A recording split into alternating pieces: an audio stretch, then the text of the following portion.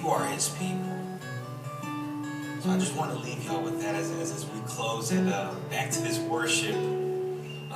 My good brother Markham and Elliot Nash is starting this worship ministry, which is going to be going on Saturday mornings.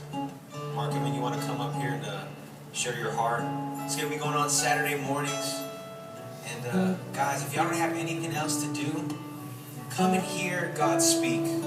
Because ultimately, he flips the table when we worship him. I love it. It's like some great performance. And I'll leave it to you, Mark.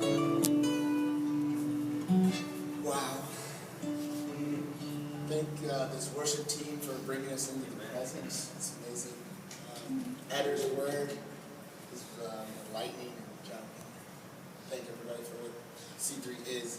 I just wanted to share my heart about Heart of Worship. That's what it's called. It's Heart of Worship. And Pastor Paul's been playing a word game for the calling it HOW, H-O-W, Heart of Worship. It's how do you get to know God? You get to know God by spending time with him, and we do that in his presence. So we sometimes take for granted what it means to get in God's presence.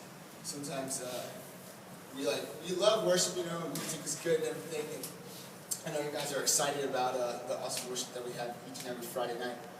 But you got to think about back in the time when the Israelites had the temple and they had their tabernacle, and the Levites had to approach the holies of holies.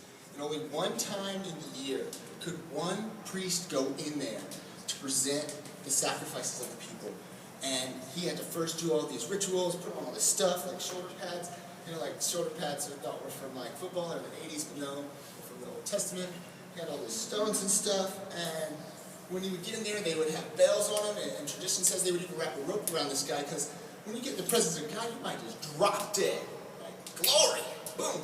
And they would have to drag him out and stuff. So we, being washed in the blood, we get in the presence, and we're just like, this is the presence, like thousands of years. And, Jesus on the cross also, that we can get a taste of that. And that's the heart of worship. That's what we're seeking after Saturday mornings, kicking it off around 9 o'clock. So I encourage all y'all to be there, because it's an opportunity. It's an opportunity to see what God is doing in Colleyville. In Colleyville, sometimes I think about what God's doing in the world, and that's great, and what God's doing in my heart, and that's great. But God is really doing something in Colleyville, and it is right here. We're at the epicenter of it. There's a testimony that it's always on my heart, and I'll keep it quick, but it was C3 worshiping right now. What we are doing here, each and every one of us, we were seen from outside this window, and it moved on the heart of a child. And she said to her mother, I want to be over there. Because there's something innocent about a child. There's something so pure and so sacred about a child. Even Jesus Christ says, if you want to get to the kingdom of heaven, you got to be like these children. They recognized that, and this child was like, yo, mommy, I'm going to go to church. Things happen, and that right there is what worship can do. Outside the window, feet, yards away. What can worship do in you?